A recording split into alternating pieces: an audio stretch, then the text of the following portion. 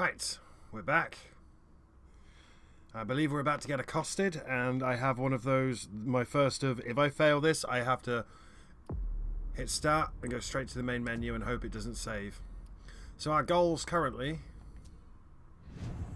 find Caius Leto.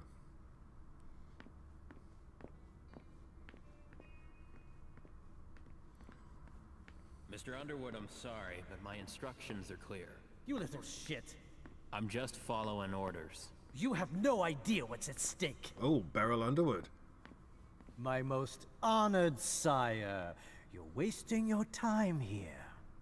I'd forgotten about your abject fawning. I call it respect.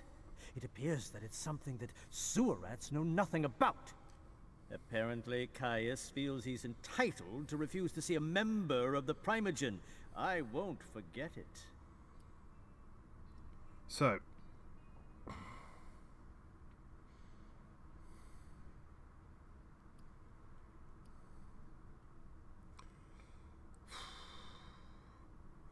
rhetoric. A member of the Primogen?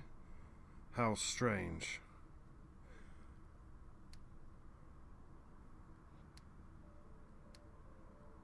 I literally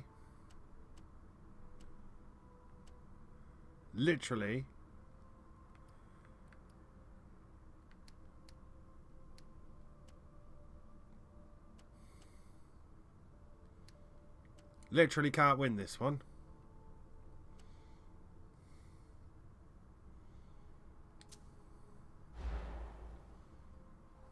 This is the kind of thing you delegate to a retainer under normal circumstances.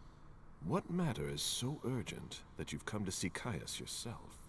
If you don't mind, I choose not to entrust this task to anyone else. Tell me, you haven't introduced me to your charming protege yet. Zhu Feng. Yes, Zhu Feng. A name that's as delectable as her blood, I'm sure. Ah, you're planning to introduce her to the very select club of Gala Bazori's progeny, aren't you? Apparently, I have to pass this one. I have to pass this one. And I have a defend. Focus it. Says use 6 willpower for a 97% chance of success. He's focusing by 5%. I have to win this one. So if the dice roll goes against me here, I'm going to quit out and try again. But I have to succeed this one if the notes I'm reading are going to work out for me.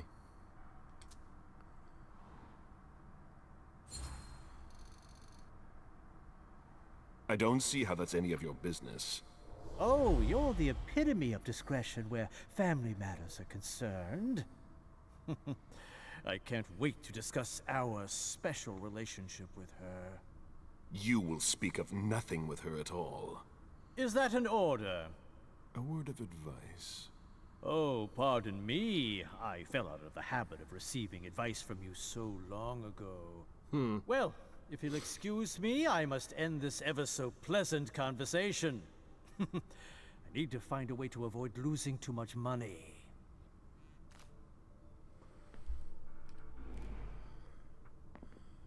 I'm going to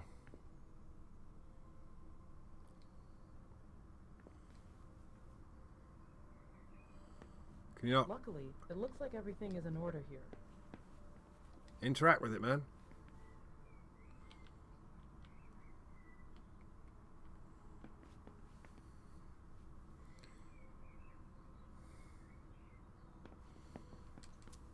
Barrel's handwriting.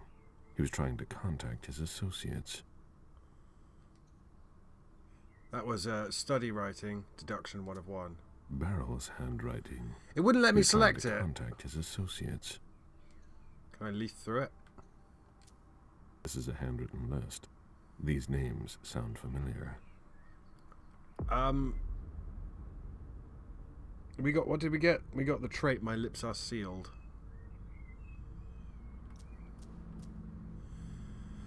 A sire is responsible for his child. Caleb stood his ground and refused to speak of Zhu Feng, strengthening his resistance to other vampiric disciplines in the process. Minus 20 XP to the next experience cost for the Fortitude discipline. I'm not currently hungry. Okay.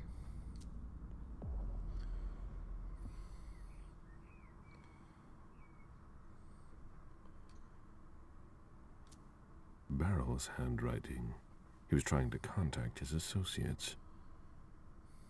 Can I not, like... Do I not have that in my inventory? I don't. That's the thing that's, like, bothering me. I've got new stuff. Camarilla. During the early Renaissance, vampires created the so-called Ivory Tower to hide the kindred from the mortal Inquisition. It has become one of the most powerful secret societies in history, subverting and infiltrating governments, corporations, organised crime and mass media.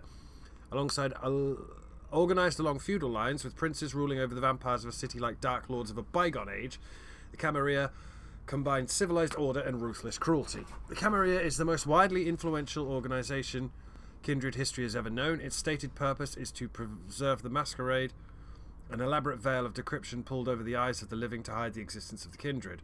But the Camarilla is so much more. It is a conspiracy to preserve the power of the Elders, an undead secret society influencing global business and politics, the closest thing most Kindred have to a system of government. The sect maintains a fierce moral stance on preserving humanity in the face of the impulses of the blood, seeing themselves as the shepherds of the blind human throng, simultaneously morally superior and inferior to their short-lived subjects. Have we not read this already? The sheer age, power and wealth of many Camarilla members and the recent exclusion of the Anarchs from their ranks makes the sect distinctly upper class. These are the monsters that hide behind $5,000 cocktail dresses, meticulously tended stock portfolios, and havens guarded by blood slaves in private security uniforms. They are the 1% of the 1% and they hunger for more. Their pawns are placed in banking and in Congress, making deals and passing bills. They are masters of disinformation, propaganda and blackmail, never leaving a loose end untied for long. These nights there is a lot of tying to do, but the Camarilla does not hesitate to lay ruin to human lives and kindred unlives to protect the secrets of their influence. A Camarilla city is run in the fashion of a feudal court. Even if their gatherings may look like slick boardroom meetings or rough gatherings of criminal cartels, the hierarchy is absolute. At the top we find the prince, a creature impressive or cunning enough to be acknowledged as the absolute leader of their domain. Below them are the members of the Primogen Council, representatives of the major Camarilla factions in the area. Whether they are clan elders or a gathering of those who hold the largest hunting grounds, they speak directly to the prince, who will do best by listening to their advice. More than one lord has been ousted by their own council. Some princes choose a seneschal who acts as a personal advisor or replacement when the prince is unavailable. When needed, the court gather in secret sanctuaries known as Elysiums, often changing locations to maintain absolute privacy and using a myriad deceptions to hide kindred affairs from mortal scrutiny. Elysiums accommodate feasts, ceremonies, negotiations and heated debate, protected and directed by the Keeper and their heralds, also known as harpies. One may be hidden behind the dark rooms of an upscale fetish club, another in an otherwise unused nuclear bunker, a third in Guggenheim's Brancusi collection at night. Can't read. Order in the domain at large is maintained by a sheriff, gendarme, constable, or whatever law enforcement term is used locally. They are usually more hitman than cop, and summary justice tends to be the norm, as the Camarilla frown on the modern idea like due process. If you get dragged before the council to plead for mercy instead of chained beneath a sunroof, you've been lucky. I knew there was more there. Fucking hell, I knew there was more there. I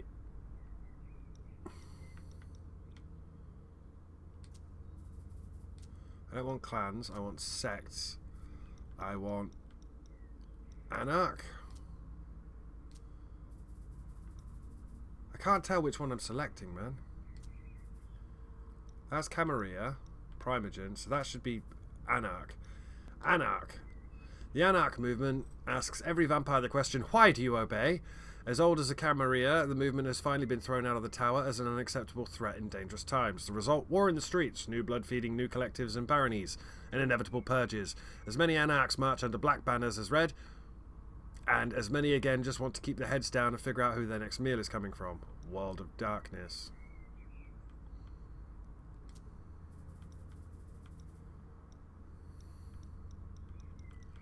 The Beckoning. A mysterious calling drawing elder vampires away from their fiefs and fortresses. The elders are compelled to travel east towards the lands where mortal and vampire civilization began, into the fog of a shadow war fought over the graves of their progenitors.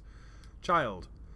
A vampire created through the embrace. The child is the progeny of their sire. This term is often used derogatorily, indicating inexperience. The Salem Chantry. Founded in the 17th century by Madeline Coventry, the Salem Tremere Chantry is one of the oldest in New England. The Warlocks of Salem are constantly in competition with Boston and Hartford domains, and have long adhered to an isolationist policy, convinced of their superior numbers and the supremacy of their knowledge. However, the alliance between Hazel Iverson and Deneb Osborne seems to have shaken the certainty of the regent of Salem, who sees this relationship as a serious threat to her chantry.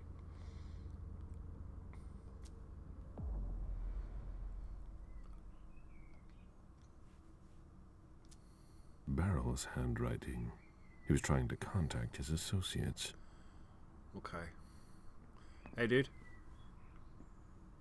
Mr. Bazori, can I help you? I need to see Caius. He doesn't want anyone to bother him. Prince's orders. I see. He's holed up in the server room. You'll need a pass to get in. There's one on his desk. Thank you.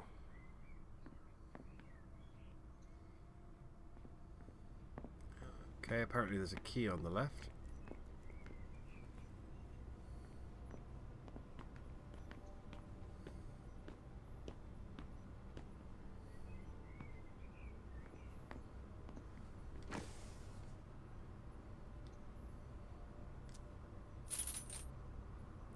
High security key.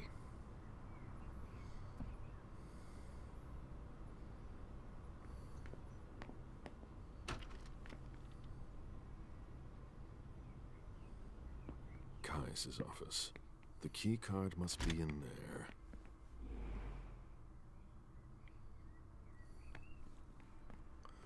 Caius Leto. We have Beryl Underwood. Born with a silver spoon in his mouth, Beryl Underwood was born in Boston in 1807. His father was the... We read this! We read this. Deneb Osborne. I swear we've read these. Jara Drury. Caius Leto. Second in command of the Prince's security. Born in Brooklyn in 1957.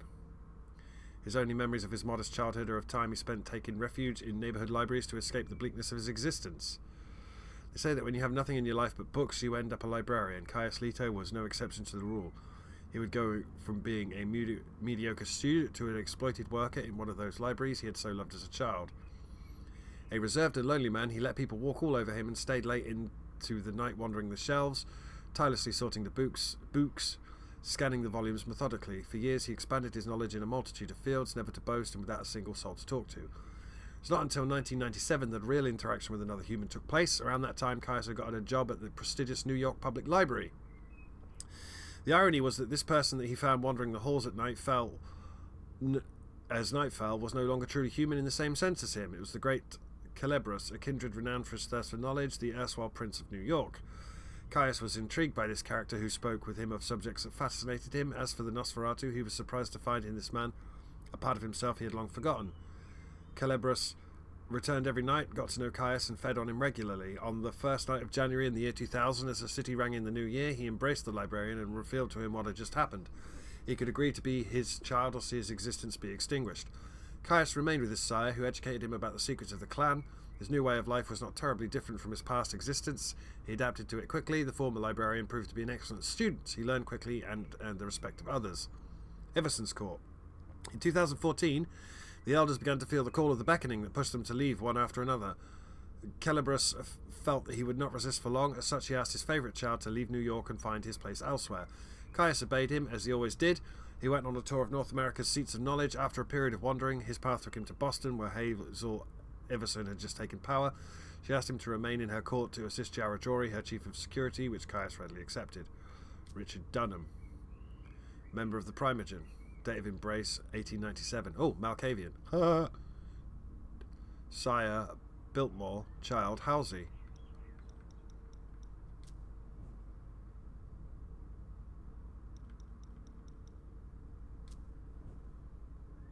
a new life. To preserve the Masquerade, Richard declared his death in 1902 in Zurich. He moved to France, where he continued practicing psychiatry in a number of hospitals under the name of Dr. Richard Dunham.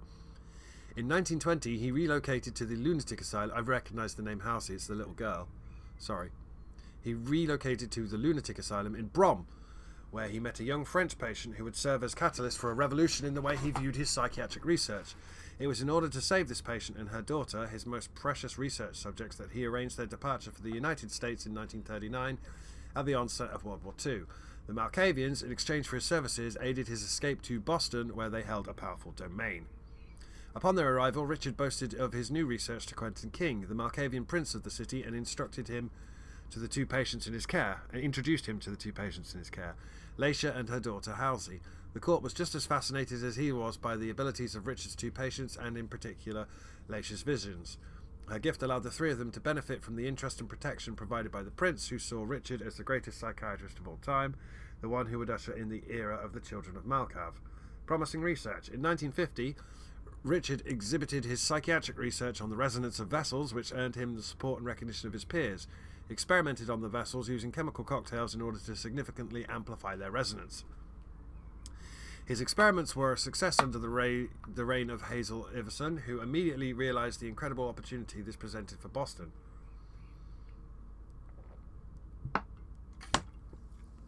If she could maintain... There's something wrong with the way this game is presented. If she could maintain the properties of the enhanced blood in containers using magic, she could corner the blood market and, more importantly, leave her mark in history. The prince gave Dr. Dunham the means to carry out his research and begin to negotiate an alliance with the Hertford Chantry to get the help of the Blood Witches. Richard, however, only looked after his own interests to advance the psychiatry of the children of Malkav. To do so, he must satisfy the prince, but he must also protect his most precious subject of study, Leisha, from the prince's ambitions.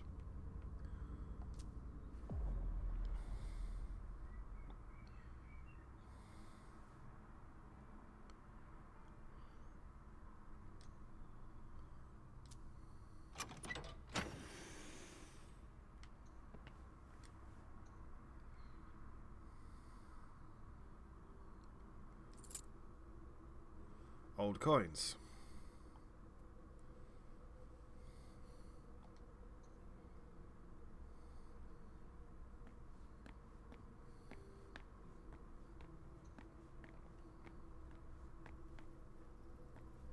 Something to pick up there. Magnetic keycard to the server room. Nobody saw that.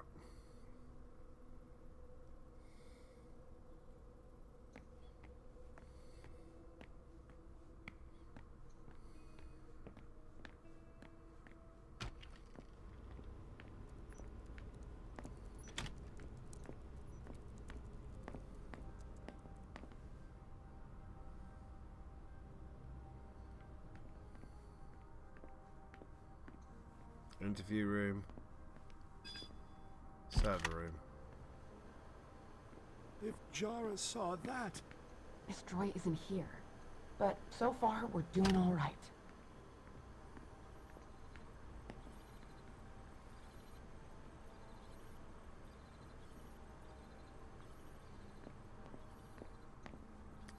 Hack.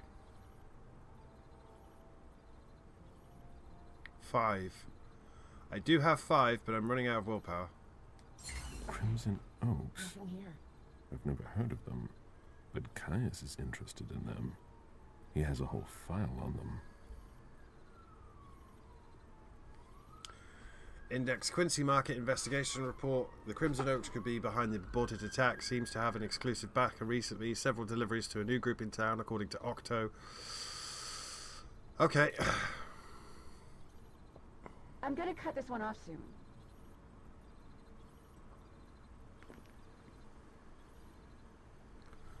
I guess we talk to Caius.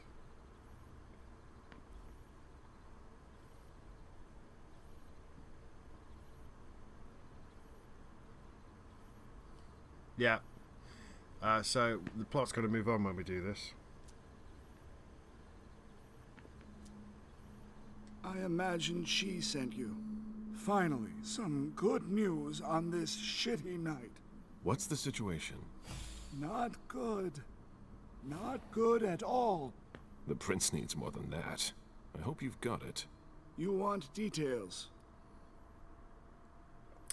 Our guy's beard looks like the worst beard you could select in Morrowind. Let's get to the point. Anything that could be of interest to the prince? I'm working on it. Jara Drury is the expert, not me. If only she was here. Go on. There's one thing we haven't considered. The Crimson Oaks. Who? What's that? It's a new outfit that came to town a while ago, but they're very discreet.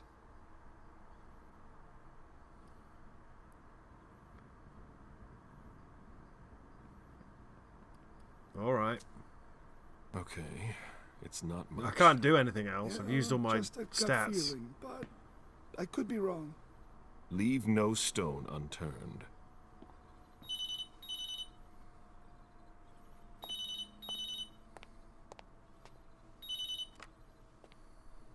Hello? You. It's about damn time. Shit. What? You're... Hello? Damn it! I lost them. Who was it? Whoa. Shit. Now it's just ringing. What did he say? The party was indeed attacked. Apparently it was a real bloodbath. He and James had just enough time to get more out. Wait. They're stopping by his place to pick up some sensitive Wait. documents. Wait. And then what? Are they coming here? I don't know. We got cut off. They didn't even have Call him time back. to say all of I'll that. inform Hazel. They didn't even have time to say all of that. He picked the phone up. The phone call got cut off after he said what? How did you learn all of that from a phone call? This is a critical moment for us. I have summoned you here tonight to organize our reaction to an imminent threat. What threat exactly? We've got no reason yet to Call think... her off again and I'll slit your throat. Oh! Excuse me! Careful, Hazel. How dare you speak to me like that? You- Enough!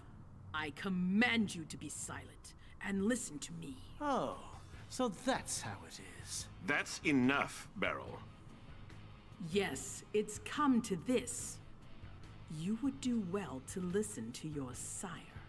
We have just been attacked. This is not a time for childish displays of discontent. Caleb, the code red was sent by Wu. Go to Moore's and find out what's going on. As you wish. And bring Moore back to me. He was supposed to be at the party. I don't understand why he's the only one who was able to call us. I would like to speak to him very much. Consider it done. I By trust your you. command. He might be involved in this, so gather any documents you can find there that could tie us to him. Very well. Delson, see if you can get Caius to find us a new middleman in the cane business to manage our interests. I don't want to take any chances. Then, I want you to talk to everyone. Somebody must have seen or heard something. Dajan, make sure all our defenses are in place. Yes, Hazel. You will go to the old Jefferson Library. What's there? That's where the Hartford Chantry calls home here. I gave them the building so they could have a base in Boston. I demand to take her place. Request denied. What game are you playing, Hazel? It's a suicide mission. It's all right. I got this. I'm not made of sugar. She's not ready for this kind of mission. I should go with her, at the very least. No, you will remain here. Goes alone. Why don't you Politicking send in Dajan space. instead? Enough, Hilda. Dajan has work to do elsewhere, and I don't need to explain myself. Hazel, if anything happens to her, I'll... Nothing, Hilda. You'll do nothing. It's high time you learned to trust her. Which one of us are you planning to send to the party? She's already left. What? Who? I sent Leisha. Are you serious? A few hours ago, she was snoozing behind locked doors in a psych ward. You're playing a dangerous game, Hazel. Oh no, she's sending our playable characters never everywhere. Have come into power. You've chosen the worst possible moment to turn your back on us. On the contrary, I find this moment very appropriate. I am the Prince of Boston, and you are the Primogen. I owe you nothing. Delson, escort them out. The session is adjourned. You all have your instructions. I mean, yeah.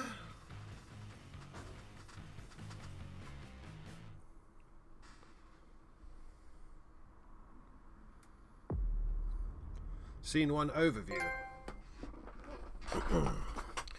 Traits. My lips are sealed. Minus 20% to the next experience cost for the Fortitude discipline. Success. You discovered that Caius Leto is investigating the Crimson Oaks. You learned why Beryl Underwood wants to see Caius Leto. We got 125 EXP for that, for Caleb. I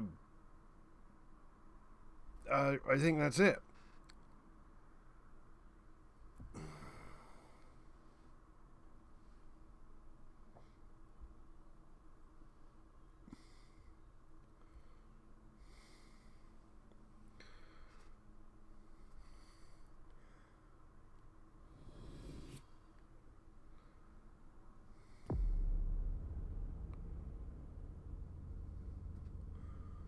Level selection. Unknown. MM. After the code red was issued, Hazel Iverson, the Prince of Boston, mobilized all her resources to try to understand the situation and assess the... So this is where we split up and pick our character. And try to understand the situation and assess the extent of the danger. The unification agreement is in danger. Faced with mounting doubt and suspicion from both sides, MM must meet with Deneb Osborne to clarify the situation and ensure that the alliance still stands. Moore's apartment with Caleb. After the code red was issued, Hazel Iverson, the Prince of Boston, mobilized all her resources to try to understand the situation and assess the extent of the danger. All contact with the individual who issued the alert has been lost. Caleb must go to Jason Moore's home to find out what has happened and bring Moore back to the Prince. Loft. Lacia.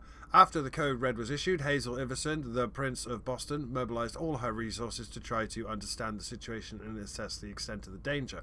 The Prince allows Lacia to go to the scene of the party to investigate. Lacia hopes to find her psychiatrist, Richard Dunham, and Miley, the Prince's child, at the scene. Well, my notes say go with Caleb. We've got a Malkavian, a Toreador, an Adventurer. So they've given us a lot. It's also the 5th of September 2019. Caleb's stuff is happening in 3:30 in the morning. Lacia's stuff is happening at 3:30 in the morning. And the time for MM's stuff is unknown. I don't know why it says leg. Oh, I do. That's MM, Caleb, and Lacia. Right. Okay, that's why it says leg. So my notes say go to scene 2.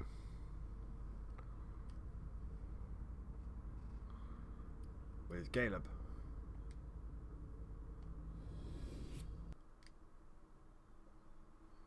Okay.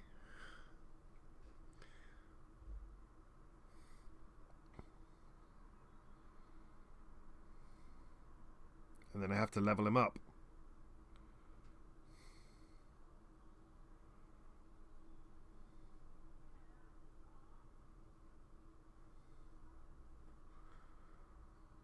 There's someone shouting outside my window, but bitch, I don't care. It's not 3:30 a.m. on the 5th of September 2019.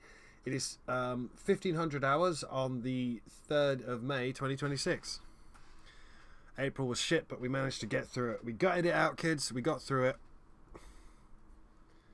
I don't know. I'm liking this game, but I don't like the fact that I can't save. So if I do, like, how are you supposed to play around with this game and get different outcomes?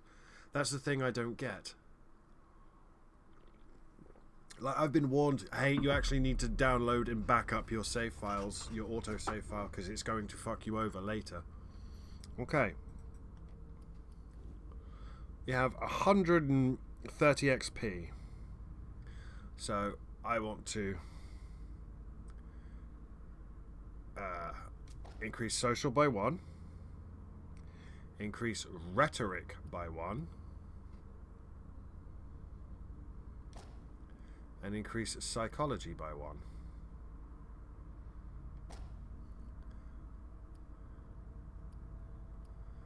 Then I want to go to the Discipline tab with 55 XP. And I want to increase Dominate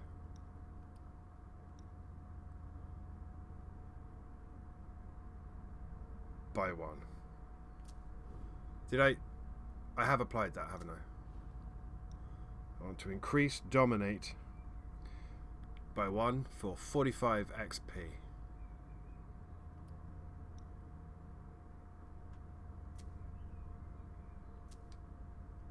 How do I do that?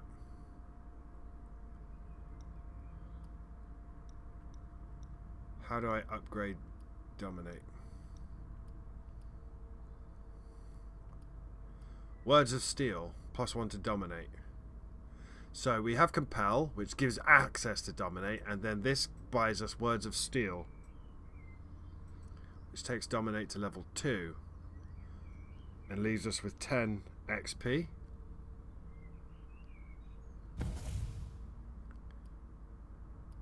Yes.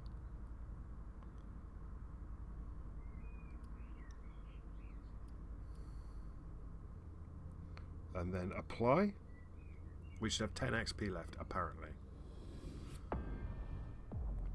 Moore's apartment.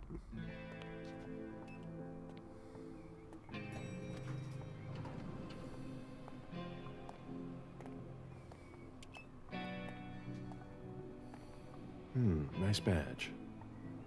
Are we going to eat him?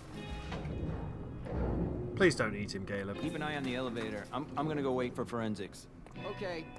Let me know when they get here. Excuse me. I think we just ate that man.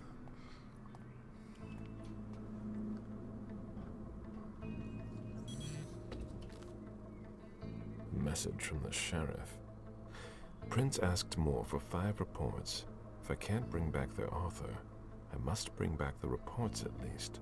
I'll know them when I see them. Bring Jason Moore back to the Prince. Gather the reports about the Primogen. Excuse me. Bitch, how do I get that? How do I get... I can't remember what the button is to get my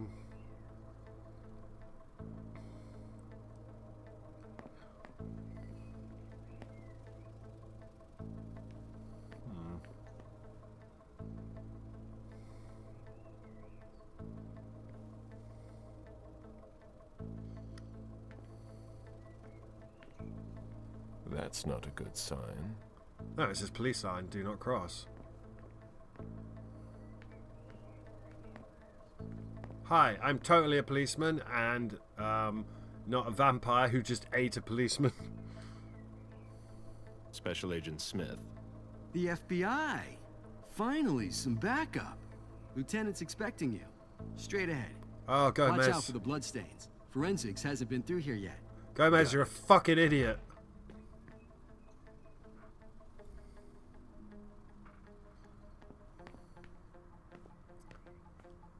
Okay, is that jizz? The victim lost a lot of blood.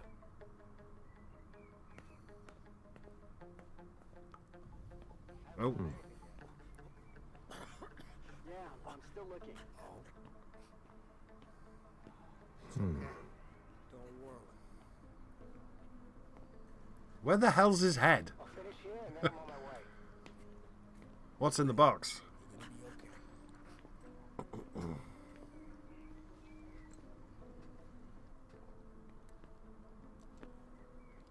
Lieutenant Anderson, I'm in charge of the investigation. Special Agent Smith, FBI. Really? Smith? Is that some kind of joke? No, why? Let it go. Never mind. I'll give you the DL. We got a call from the caretaker around 2:15. He told us that one of his residents was brought in with an injury carried by his bodyguards. We sent a squad car that got here around 2:45. Let's move on. Okay, then what? When they stepped inside, the guys came face to face with that. Do we know who the victim is? Yeah, he had his ID on him. It's the owner, a guy named Jason Moore. I don't know who this guy pissed off, but things didn't work out too well for him. His head is missing. Did you secure all the exits and entrances to the building? Yes, we've got men on the ground floor and in the parking garage. How do you get to the parking garage? You'll have to ask the caretaker. He's the one who took my men down there. Okay, I don't want to ask anything. I want to move on. Go on. We're still looking for the head. That's what I wanted to know. We're waiting on forensics for everything else, but they're busy with another case.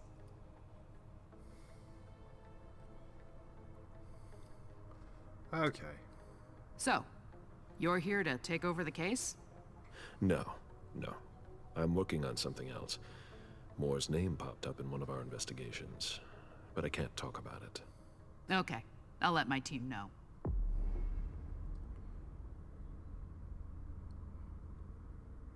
L1, sense the unseen. Okay, I have to. Sense the unseen. When sense the invisible...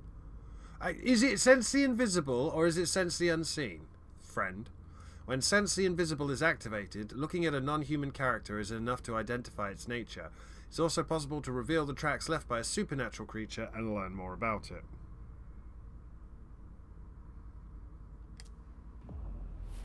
Agent Smith from the FBI is here. We're still in charge of the investigation, so please cooperate with him.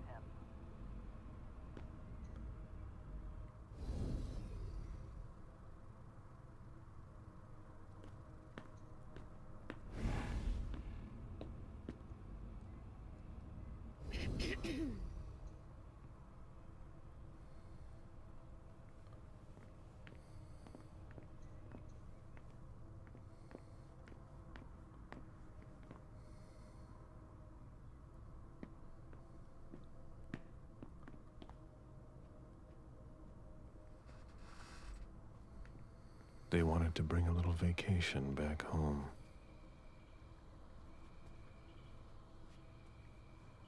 Apparently. This is a safe zone. Gardening storage.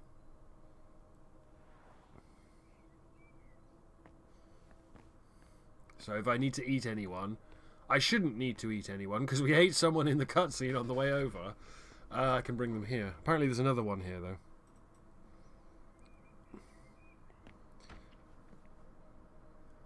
Head through the glass sliding door into the garden area. Ah! I thought that was a window. Jungle in the heart of Boston. A truly peaceful oasis.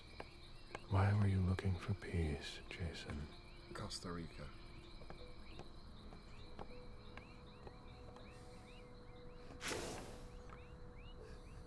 The apartment has changed since my last visit. And now I need to go and speak to the old man. Who is crying. Oh. We have a absolutely must succeed skill check. That's why I have these notes, by the way.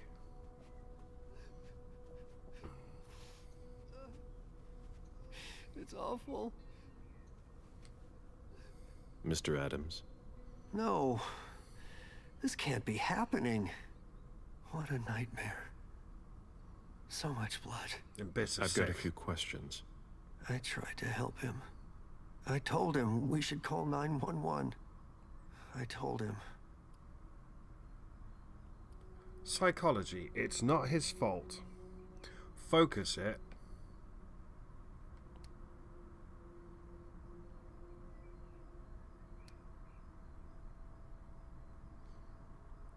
For 6 willpower to guarantee.